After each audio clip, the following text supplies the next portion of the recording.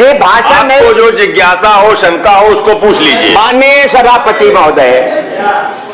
सभापति महोदय, चूंकि माननीय मुख्यमंत्री जी ने मेरे नाम का भी उल्लेख किया था, इसलिए संसदीय परंपराओं के अनुसार मुझे अपनी बात रखने का उस विषय पर अधिकार है। और आपसे मैं विनम्र, मैं कोई लंबा चौड़ा कोई भाषण नहीं देने जा रहा हूं। नहीं, सीमित। ठीक है माननीय सभापति जी। उत्तरकांड में रामचरितमानस में हमने पढ़ा है, संत हृदय नवनीत समाना, कहा कबिन पर कहे न जाना, निज परताप द्रवय नवनीता, पर सुख द्रवय संत सपुनीता। हे गोरज पीठाधीश्वर, हे इतना क्रोध क्यों, इतना आक्रोश क्यों और ऐसी भाषा का इस्तेमाल क्यों? आप अरे भाई शांत रहे राजभर जी, बहुत दिन हमारे साथ काम किए हैं यूथ में, अब मत बोलिए। आपने कहा शांति पर्व का, आपने उल्लेख करते हुए कहा कि हम हमारा इलाज कर देंगे। मान्यवर, इलाज तो समय आएगा तो आपका जनता करेगी, आप हमारा क्या इलाज करेंगे? दूसरी बात मान्यवर, समाप्त करिए। हाँ समाप्त कर रहे हैं मान्यवर समाप्त कर रहे हैं। आपने तमाम बातें की, गन्ना की बात की, आपने केवल 3 उपलब्धियां हैं आपके सरकार की। पहला है उद्घाटन का उद्घाटन, दूसरा है हमारे नेता माननीय अखिलेश यादव की योजनाओं का फीता काटना, और तीसरा है नाम बदलना। अरे बात माननीय मुख्यमंत्री जी सुनकर जाइए, माननीय मुख्यमंत्री जी सुनकर जाइए, अरे सुनकर के जाइए माननीय मुख्यमंत्री जी, अरे सुनकर के जाइए माननीय मुख्यमंत्री जी। मैदान छोड़कर क्यों भाग रहे हैं, मैदान छोड़कर क्यों भाग रहे हैं? अरे सुनकर के जाइए, मैदान छोड़कर क्यों भाग रहे हैं? बैठिए आनंद जी, बैठिए आनंद जी, बैठिए आनंद जी। ऐसी परंपरा नहीं है, नई परंपरा मत डालिए, नई परंपरा मत डालिए। आप भाषण दे रहे हो जी, आदमी जब कोई भाषण हो जाता है उसमें नहीं तो अधिकृत कर दिया तो क्या हो गया?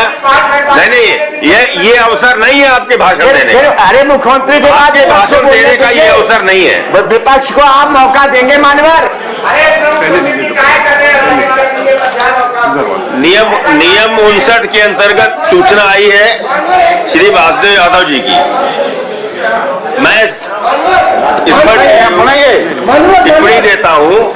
नियमावली का नियम 111 के अंतर्गत अविलंबनीय लोक महत्व के विषय पर वक्तव्य की मांग की जा सकती है। माननीय सदस्य द्वारा इस नियम में सूचना दी जा सकती है, इसलिए नियम 59(9) के अंतर्गत दी गई सूचना को अग्राह्य करते हैं। नियम हमने माननीय मुख्यमंत्री चले गए उदयवीर सिंह जी, मैं आपकी जानकारी में एक वाक्य में पूछिए। भाषण नहीं देंगे, भूमिका भी बनाएंगे, भाषण करेंगे नहीं देंगे। आप सुन लीजिए। हाँ, पुलिस और पीएस मान्यवर, एक मिनट दीजिए। पुलिस कानून व्यवस्था के बारे में माननीय मुख्यमंत्री जी ने यहाँ अपनी बात रखी थी। मैंने उसी समय सभापति महोदय से अनुरोध किया था कि मैं कुछ जानना चाहता हूँ। खैर मुख्यमंत्री चले गए, आपके मार्फत आप हमारी बात पहुंचा दीजिए। एक तो पीएसी और पुलिस के लोगों की, जिनकी एक ही बैच की भर्ती है, उनके प्रमोशन में बहुत बड़ी विसंगति हो गई है। हम आपसे चाहते हैं कि जवानों के हित में आप इसे नोट कर लें और माननीय मुख्यमंत्री संज्ञान में डाल दें। तो किसी नियम में उठा सकते हो विषय, अरे सर ऐसे ही कहने का क्या मतलब है? बोला है तो मैं आप नोट कराना है तो नोट करा दीजिए। दूसरी बात सर, 2 बातें हैं। एक बात यह है कि उत्तर प्रदेश में आईपीएस अधिकारियों की पैसा लेके पोस्टिंग करने के बारे में एक एसआईटी माननीय मुख्यमंत्री जी ने घोषित की थी, जिसके अध्यक्ष मौजूदा डीजीपी थे।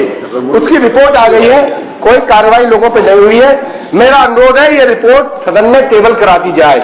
और तीसरी बात यह है कि बिकरू कांड के मामले में जो 10 पुलिसकर्मियों की हत्या हुई, उन पुलिसकर्मियों के हत्यारे के से संबंध होने के आधार पर शिकायत हुई थी भारत सरकार के मिनिस्ट्री ऑफ पर्सनल के, और भारत सरकार के इस विभाग ने प्रमुख सचिव गृह एसीएस होम उत्तर प्रदेश श्री अवनीश अवस्थी के खिलाफ जांच करने का आदेश दिया है कि उनके संबंध बिकरू कांड के मुख्य अभियुक्त से थे।